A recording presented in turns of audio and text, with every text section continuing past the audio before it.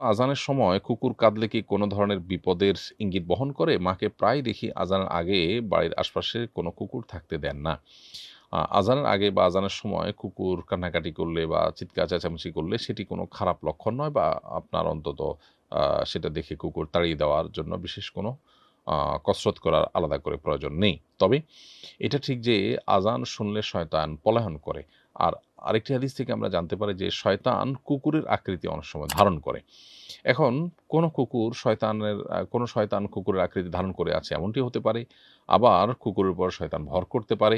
সব মিলিয়ে আজান শোনার পর বিচলিত হওয়া, বিশেষ করে আপনার সহ্য করতে না পারা, এটা শয়তানের আ ব্যাপারে শরীয়তে বলা হয়েছে বা হাদিসে বর্ণিত হয়েছে। এজন্য আপনার এই টাইপের ইস্যু যদি আসে তাহলে সেক্ষেত্রে আ শয়তানের কাছ থেকে আল্লাহর কাছে পানা চাইবেন। শয়তান যেন আমাদেরকে ক্ষতিগ্রস্ত করতে না পারে।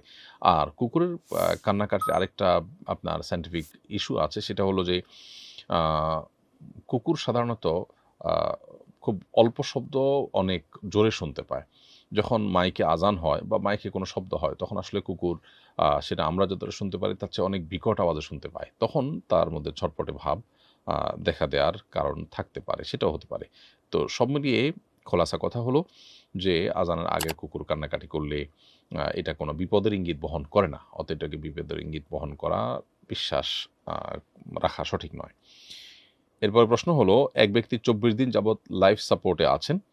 ডাক্তার বলেছেন তার আর কোনো জ্ঞান ফেরার সম্ভাবনা নেই। হয়তো যতদিন জীবিত থাকবেন এভাবেই লাইফ সাপোর্টে রাখতে হবে।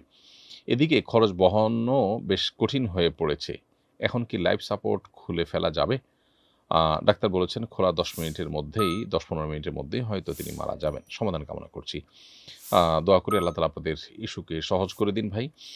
আর সেই সাথে আপনার প্রশ্নের উত্তর হলো যে লাইফ সাপোর্ট আ এর এই ইয়েটা